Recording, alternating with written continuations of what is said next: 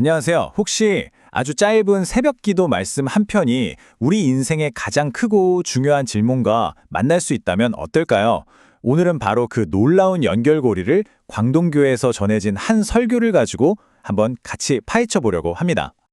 자, 우리가 오늘 들어가 볼 이야기의 시작은요. 사도행전 16장의 한 장면이에요. 한번 상상해 보세요. 모든 게 와르르 무너져 내리는 정말 완전한 혼돈의 한가운데서 모든 걸 바꿔버리는 단 하나의 질문이 터져 나옵니다. 바로 이 질문입니다. 선생들이여, 내가 어떻게 하여야 구원을 얻으리이까?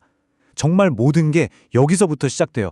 한 남자가 자기 인생에서 가장 절망적인, 그야말로 벼랑 끝에서 던진 이 질문. 이게 바로 오늘 우리가 파헤쳐볼 이야기의 심장부라고 할 수 있겠습니다. 자, 그럼 먼저 배경부터 한번 볼까요? 때는 깊은 한밤중이고요. 장소는 빌립보의 감옥입니다. 그리고 바로 여기서 우리 이야기의 첫 번째 인물, 간수가 등장하죠. 여기서 진짜 재미있는 점은요. 이 사건이 그냥 보통 일이 아니라는 거예요. 설교에서는 이 순간에 단순한 지진이 아니라 세상의 모든 규칙을 깨버리는 뭐랄까 초자연적인 계시적 사건으로 그리고 있거든요. 갑자기 땅이 막 흔들리더니 모든 감옥문이 활짝 열리고 심지어 죄수들을 묶고 있던 쇠사슬까지 다 풀려버립니다. 와, 이건 뭐 그야말로 완전한 혼돈 그 자체죠. 이 간수의 심정이 어땠을지 한번 상상해보세요. 이게 왜 그러냐면 당시 로마법으로는요. 죄수를 놓친 간수는 그냥 사형이었어요. 그러니까 이 사람 입장에서는 모든 게 끝난 거죠. 결국 수치와 죽음 앞에서 바울이 말리기 직전까지 스스로 목숨을 끊으려고 했던 겁니다. 바로 이 지점에서 설교가 아주 중요한 질문 하나를 던집니다. 우리도 그렇잖아요. 똑같은 엄청난 일을 겪어도 거기서 뭘 보느냐는 사람마다 완전히 다르죠. 이 간수는요, 이 완전한 혼돈 속에서 자신의 파멸이 아니라 전혀 다른 무언가를 보기 시작한 거예요. 자, 그렇다면 그 절박한 질문에 대한 대답은 과연 뭐였을까요?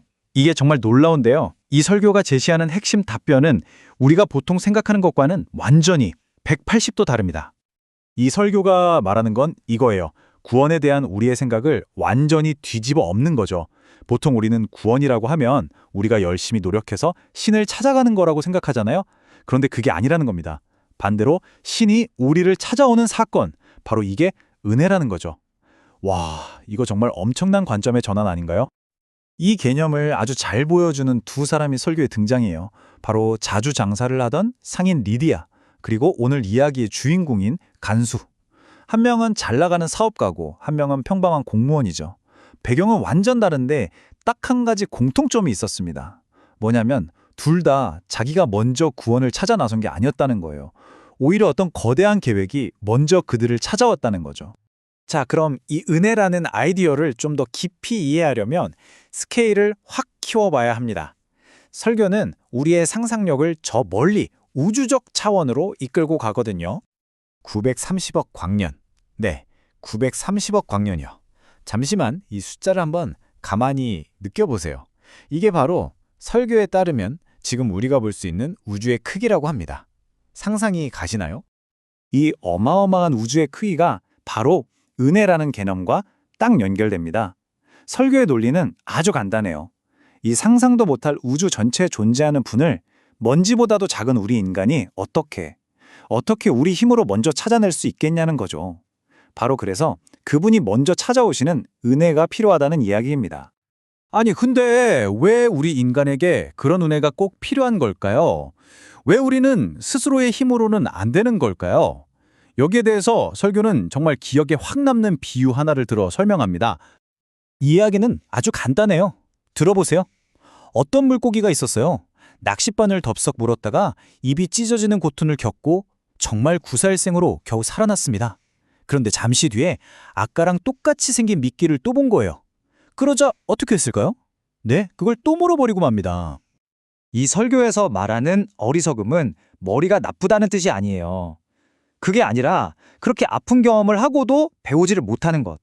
나를 파괴하는 똑같은 유혹에 계속해서 반복해서 빠져드는 것. 바로 우리 인간의 이런 경향을 꼬집는 비유인 거죠. 자, 그런데 여기서 이야기가 정말 흥미로운 방향으로 전환됩니다. 설교는 이 오래된 지혜를 놀랍게도 바로 지금 우리의 현실, 이 기술의 시대와 연결시키거든요. 생각해보세요. 우리는 지금 인공지능, AI의 시대에 살고 있잖아요. 이 설교는 바로 우리에게 이런 질문을 던집니다. 세상에 답이 넘쳐오르는 이런 시대에 우리에게 진짜로 필요한 가장 중요한 능력은 과연 뭘까요? 과거와 현재가 어떻게 달라졌는지 한번 보세요. 예전에는 워런 버핏 같은 전문가한테 질문 하나 하려고 점심값으로 수십억 원을 내기도 했잖아요. 그런데 지금은 어때요? 그냥 AI한테 물어보면 뭐든지 공짜로 즉시 대답해주죠. 이제 가치의 중심이 완전히 옮겨간 겁니다. 결국 설교가 말하고자 하는 핵심은 바로 이거예요. AI는 우리한테 수많은 답을 줄 수는 있지만 우리가 어떤 질문을 해야 하는지는 절대로 가르쳐주지 못한다는 거죠.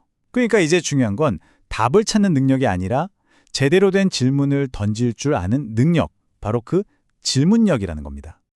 자, 이제 흩어져 있던 모든 조각들이 하나로 맞춰집니다.